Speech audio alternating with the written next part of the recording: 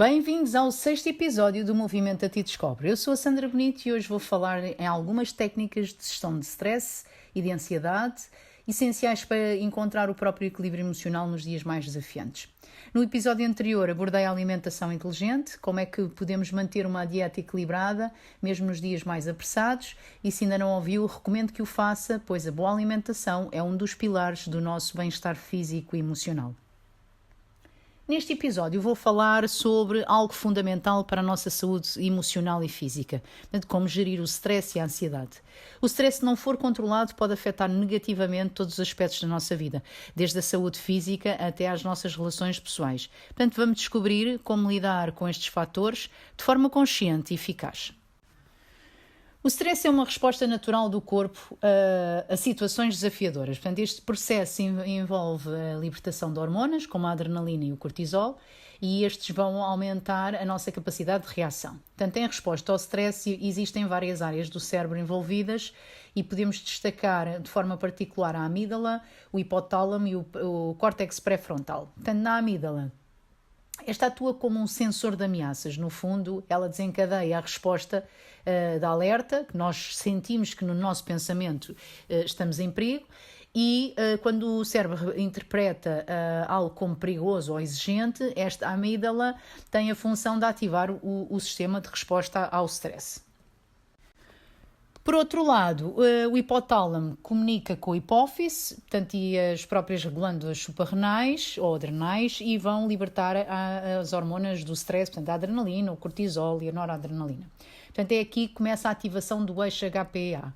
O que é isto? É o hipotálamo, hipófise e suprarrenal. Portanto, este eixo quase que é um trio, que vai desencadear, portanto, no hipotálamo vai haver a libertação de um fator corticotrofina, portanto, este CRF, ele vai desencadear a resposta à hipófise, que por sua vez também vai produzir uma outra hormona, que é a ACTH, que por resposta a esta produção do ACTH vai de facto libertar então as hormonas nas glândulas adrenais, do cortisol, da adrenalina e da noradrenalina. Portanto, este eixo, no fundo, é responsável por desencadear e regular estes níveis hormonais associados à resposta da luta e da fuga, não é? Quando está prolongado, ou seja, quando ele está constantemente a ser solicitado, obviamente vai manter-se hiperativo e vai originar desequilíbrios hormonais que podem influenciar negativamente a saúde física e mental. Por outro lado, o córtex pré-frontal, que é responsável pelas funções de tomada de decisão, de controle inibitório, da regulação, no fundo, das emoções, sob stress, também pode ocorrer a pessoa ter dificuldade em concentração ou gerir as próprias reações emocionais, porque o pré-frontal fica, de facto, subcarregado, porque está constantemente a ter resposta a este stress, a este alerta. Há outras estruturas, como o hipocampo, que são essenciais também para a memória e para a aprendizagem, que podem ser prejudicadas com o stress em demasia ou de forma prolongada e, de facto, pode também prejudicar a memória a longo prazo e a própria aprendizagem ou apreensão. Ou seja, o stress, no fundo, ativa e desequilibra principalmente as redes que envolvem a amígdala, o hipocampo, o hipotálamo e de facto o córtex pré-frontal. Portanto, a longo prazo, aquilo que quero que aqui as pessoas retenham é que a longo prazo pode ser prejudicial, pode criar doenças metabólicas, pode criar também doenças endócrinas, porque sob stress o corpo vai inflamando e vai criando determinadas disfunções constantes. Portanto, ter este alerta é extremamente importante e é importante também que a pessoa tome a autoconsciência de como é que está e como é que se sente e o que é que pode ou não fazer por ela própria. Já a ansiedade é totalmente diferente, portanto, é uma sensação de apreensão e preocupação, apesar de elas andarem aqui, estes dois fatores andarem de mão dada, mas a ansiedade é por vezes uma causa, é causada neste caso por algo externo ou por um pensamento que nós emitimos ou percepcionamos, porque é algo que ainda não aconteceu. Supostamente somos nós que estamos a pensar que aquilo possa vir a acontecer. Portanto, ou então algo externo que nos faça pensar que, em resposta, há uma ameaça futura. Portanto, o nosso cérebro apreende os nossos sensores e o nosso cérebro apreende essa situação dessa forma, e é isso que nos vai criar a ansiedade, que em algumas situações pode ser muito útil, nomeadamente até a sensação de prevenir o que possa vir a acontecer, mas de qualquer forma em excesso pode tornar-se prejudicial, como é óbvio. Portanto, estas duas situações, quer a nível do stress, quer a nível da ansiedade, apesar de serem frequentemente usadas de uma forma intercambiável, há uma diferença que é muito importante. O stress é geralmente uma resposta imediata a uma situação presente ou iminente, enquanto que a ansiedade é, de facto, algo que está ligado a preocupações sobre o futuro, ou sobre como é que será, ou uma situação que cria a ansiedade porque a pessoa prevê que possa ser de uma forma ou de outra, ou que não está bem seguro com o que está a fazer, e então tem aquela ansiedade de como é que será quando chegar lá ao momento. Também um está ligado ao outro intimamente, porque muitas vezes o stress pode levar à ansiedade e vice-versa. A própria ansiedade também pode levar ao stress imediato. O impacto negativo, no fundo, sobre a nossa saúde, quando estes dois fatores não são controlados e estão aqui ao rubro, pode de facto interferir com o nosso sistema cardiorrespiratório, o nosso sistema digestivo e o nosso sistema imunológico.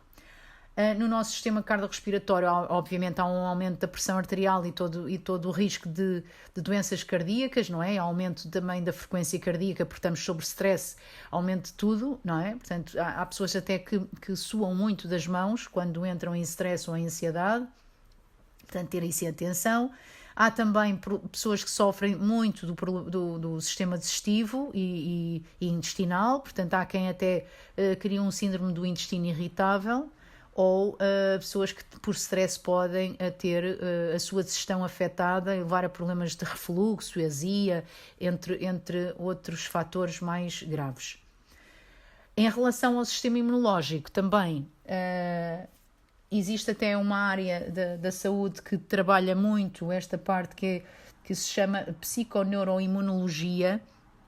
Trabalha de facto e estuda muito as reações do stress como uma bola de neve, que a parte psicológica vai de facto afetar a parte neurológica, que por sua vez vai afetar o nosso sistema imunológico. Portanto, e aqui torna-se quase que um trio em cadeia, o que é que despoltou o quê, mas o certo é, porém, que afeta e que pode criar problemas mais graves exatamente por isso. Nos efeitos psicológicos, obviamente que afeta o nosso humor, portanto, a nossa irritabilidade, afeta também a nossa dificuldade de concentração, a sensação de falta de controlo emocional perante uma situação, porque quase que é uma bola de neve. Há também uma alteração do sono, quer a nível do sono profundo, quer a nível da resistência de adormecer, porque o cérebro está ruminante face àquilo que passou durante o dia, e que vai obviamente levar a um cansaço persistente e a uma sensação de fadiga quase crónica.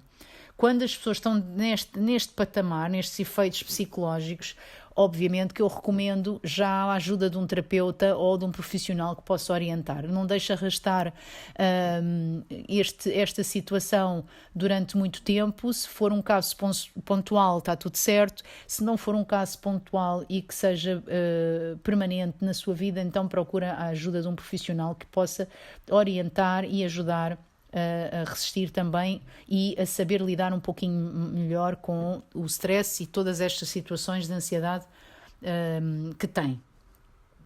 E obviamente este impacto sobre as relações pessoais, quando a pessoa não está bem, pode obviamente prejudicar as relações interpessoais, e tudo o que está à volta vai incomodar. Portanto, muitas vezes as pessoas tendem a criar situações ou exacerbar situações porque já não estão bem, e depois veem com os olhos totalmente diferentes daquilo que a própria situação o indica, dificultando a comunicação de uma forma clara e equilibrada. Se uma pessoa está sempre de pé atrás num ambiente de trabalho, vou dar aqui um exemplo, como é óbvio, que nos aparece muito em gabinete, as pessoas não têm um ambiente de trabalho confortável, depois qualquer coisa acham que estão a implicar, e muitas vezes nem sempre é real.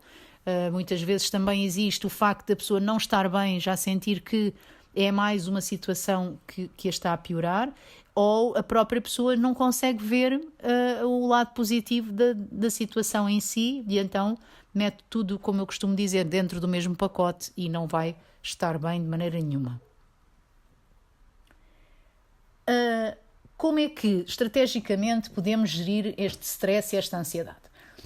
Já sabemos que o stress, de facto, é uma resposta que o nosso corpo dá a situações que nós criamos ou achamos que são perigosas, não é? E às vezes são mesmo. E a ansiedade é algo que eu aqui vou dividir.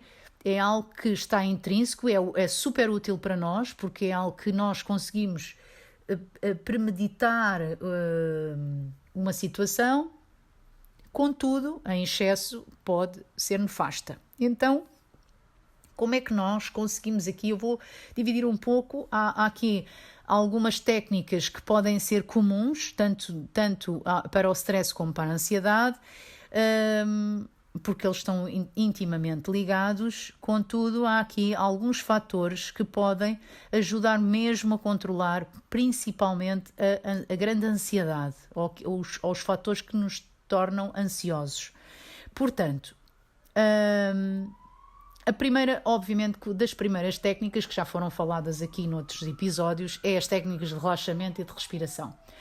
Quem quiser até aprofundar um pouquinho mais pode ir ao meu site www.sandrabenito.pt e nas formações eu tenho lá uma das formações que lá está é técnicas de relaxamento e de respiração. Vejam, inscrevam-se se quiserem aprofundar um pouquinho mais sobre o tema. Podem ver porque lá deixo módulos específicos como aprender a fazer e as várias técnicas guiadas. Portanto, aqui vou só dar algumas dicas que já falei noutros episódios, que é a própria respiração profunda. É muito importante que haja uma respiração profunda, porque esta vai automaticamente ativar o sistema nervoso parasimpático, que é o responsável pela resposta do relaxamento. Quando nós estamos a hiperventilar, vamos promover uma resistência. Quando estamos nervosos ou em stress, estamos a promover uma resistência ao nosso corpo. Então, convém parar uns segundos e começar a respirar profundamente e calmamente para ativar o nosso sistema parasimpático. Após alguns segundos, ele vai ser logo ativado. É importante que a inspiração seja pelo nariz e então prolongamos a respiração durante 4 segundos, seguramos 2 segundos e depois voltamos a expirar lentamente pela boca uns 6 segundos, ou seja, o tempo da expiração é sempre mais elevado que o tempo da inspiração. Repetimos as vezes que forem necessárias até sentirmos que estamos a conseguir acalmar e estamos a ter autocontrole sobre o nosso corpo e as nossas reações. Também é muito importante a meditação guiada. O que é isto da meditação guiada? Muitas vezes eu até peço para quando as pessoas têm problemas no próprio trabalho, têm um nível de stress muito elevado, aproveitarem o tempo. Imaginemos que têm que ir à casa de banho, então o tempo da casa de banho pode ser feito uma meditação guiada, ou pode ser só apenas feito um momento de reflexão, de parar o cérebro. É muito importante parar o cérebro. Esta meditação guiada pode no fundo ser acompanhada por algo que te estejam a ouvir, que eu também indico lá na formação, para quem quiser, ou então simplesmente pararem, fazer uma pausa, quase ali 2, 3 segundos, fazer uma pausa num local em que estejam completamente em silêncio ou que consigam completamente estar convosco e para que possam reduzir esses níveis de cortisol e trazer, no fundo, a sensação de calma e de bem-estar.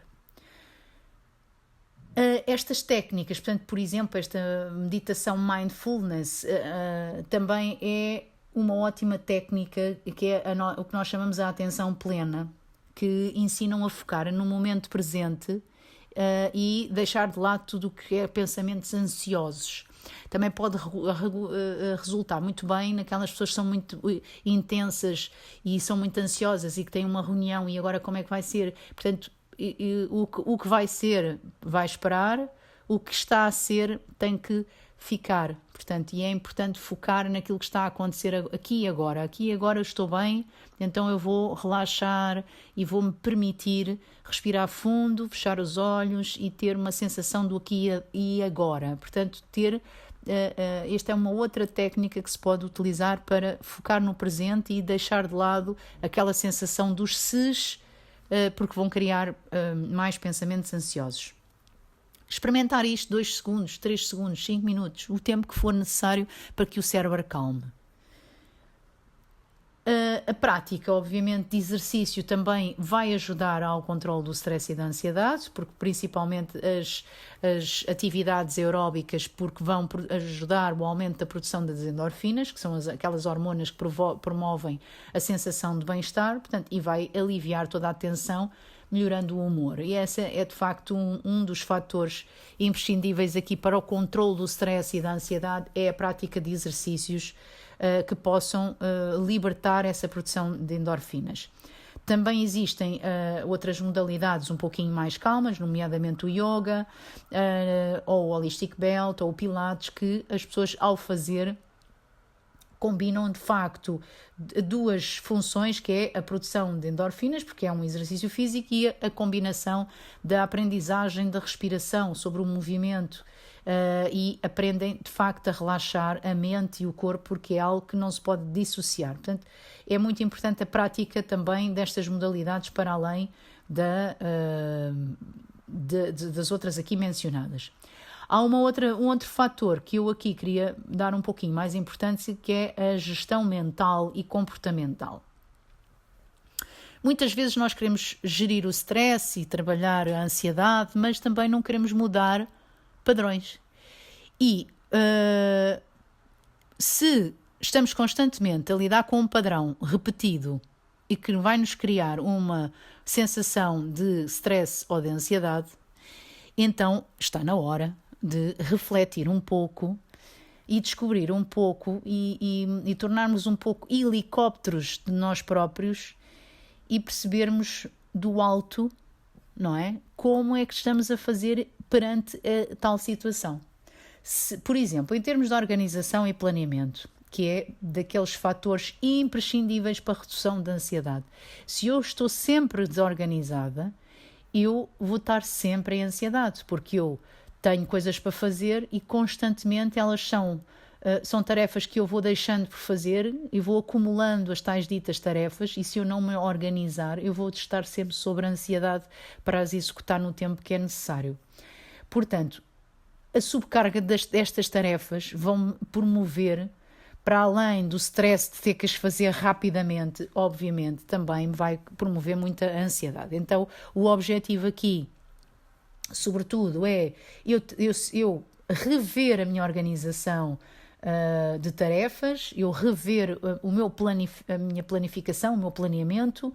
Até pode ser o planeamento da semana, pode ser o planeamento do dia, pode ser planeamento só das tarefas que eu tenho para cumprir, escrever, portanto, e aí estamos a falar já de uma outra área, que é a planificação, e depois eu ir picando à medida que vou efetuando essas tarefas, para eu poder resolvê-las em termos prioritários e não ter aquela sensação de subcarga e de ansiedade porque tenho um prazo para terminar e a tarefa não está feita. Isto quando se toca ou quando se fala nesta área de organização.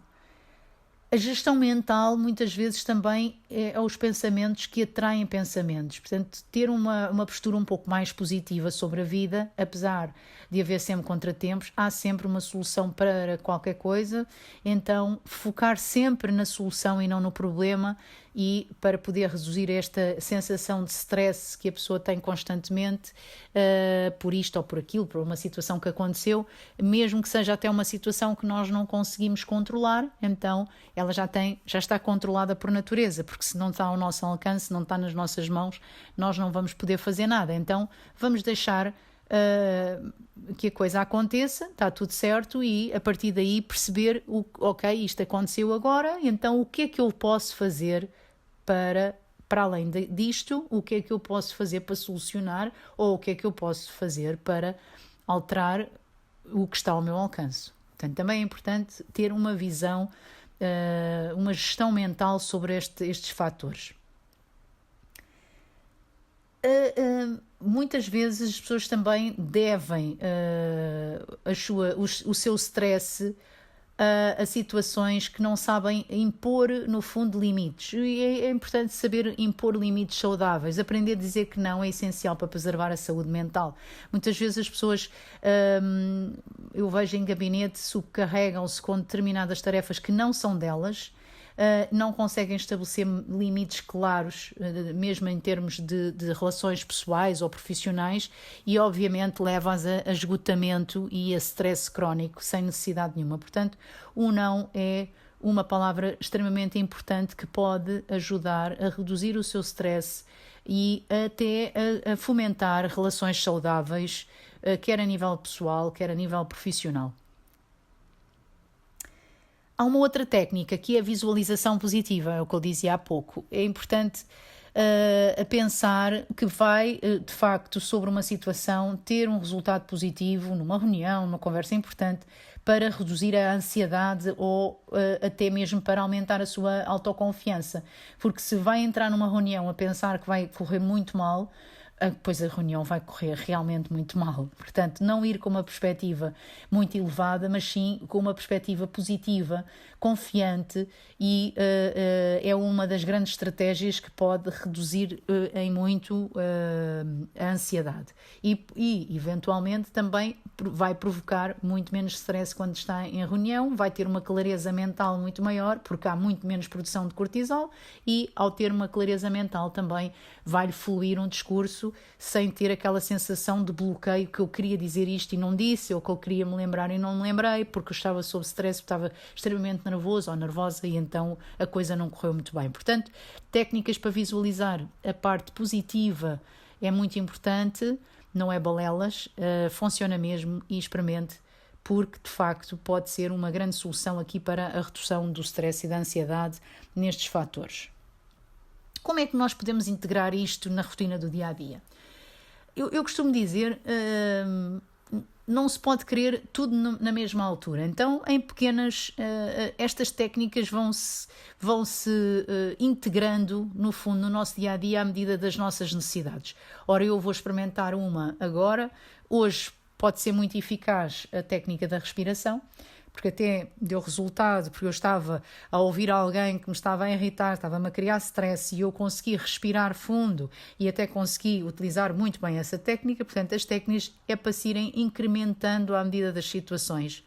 Mas amanhã ou depois esta técnica pode não estar a ser eficaz e eu vou ter que recorrer a outra. E aqui o que eu quero deixar como dica é que estas técnicas vão se integrando na nossa rotina diária aos poucos. Portanto, se eu conseguir ter hábitos de exercício físico, eu já vou muito mais calmo para o trabalho, eu já tenho uma vida um bocadinho menos estressante, porque acabo por ter os níveis de endorfinas regulados, tenho uma alimentação saudável, tenho o meu sono regulado, acabo por ter um melhor humor, e então também recepciono melhor todos os fatores externos que não vão dependendo de mim, mas que me causam stress ou ansiedade. Portanto, isto é importante, ir incrementando todas estas rotinas no meu dia-a-dia, e depois, não menos que 3, 4 vezes por semana é o ideal, que é, no fundo, nós criarmos novos ciclos, novas rotinas, está bem? É muito importante. E, obviamente, o autocuidado. O autocuidado para muitas pessoas é egoísmo. Não é egoísmo, mas é uma necessidade, porque nós, se não tivermos capacidades de cuidarmos de nós, também não vamos ter capacidade de estarmos bem para ninguém. Portanto, aqui o importante é termos momentos para nós, que consigamos melhorar a nossa capacidade de lidar até com os nossos desafios, reduzir todo o impacto de stress que nós temos à nossa volta, e este fator do autocuidado, o utilizar uma massagem, porque não dar-me ao luxo de fazer uma massagem, ou ir para um spa, ou ir fazer o exercício, ou parar um pouquinho e fazer a minha técnica de meditação, porque não? Porque no fundo eu estou a cuidar de mim, e se estiver a cuidar de mim, tudo o que estiver à minha volta também tem cuidado, porque eu estou bem comigo e então consigo estar bem com os outros. Caso não consiga fazer sozinho, mais uma vez, ou sozinha, consulte um profissional que possa de facto ajudar, porque o stress e a ansiedade podem tornar-se demasiado intensos e muito persistentes, e é muito importante procurar a ajuda de um profissional se não conseguir lidar com os fatores que estão a acontecer, quer a nível da psicologia, quer a nível de terapeutas, ou até mesmo a medicina pode ajudar. Medicina natural ou convencional podem ajudá-lo, e o ideal é não desistir e procurar ajuda se não conseguir lidar com esta situação de forma mais clara e precisa. Pronto, abordando aqui um bocadinho daquilo que nós, resumindo um pouco aquilo que falámos, portanto, já sabe, se é daquelas pessoas que vive muito em stress e ansiedade, já percebeu que quando vivem em stress e ansiedade, existem uma série de fatores a acontecer no seu corpo e que não está sozinho, não está só porque o seu próprio corpo produz determinadas hormonas que devem ser eliminadas do seu organismo, e daí as técnicas serem as mais adequadas, as de relaxamento. Portanto, se é o caso, não se esqueça de procurar, se não consegue fazê-lo sozinho, procure um profissional que o ajude, está bem? No próximo episódio vamos abordar como lidar com o bem-estar emocional e psicológico, a partir das práticas de autoconsciência, portanto, e autocuidado mental. Não perca as dicas práticas para equilibrar a mente e cultivar pensamentos positivos. Se sente que o stress e a ansiedade estão a afetar mais do que gostava, não perca o próximo episódio e vamos explorar maneiras de viver mais sereno e focado. Muito importante. Hoje falámos então sobre o impacto do stress e da ansiedade nesta nossa saúde física e mental, e falámos em estratégias de gestão destas técnicas de respiração e outras práticas que nós podemos fazer como autoajuda.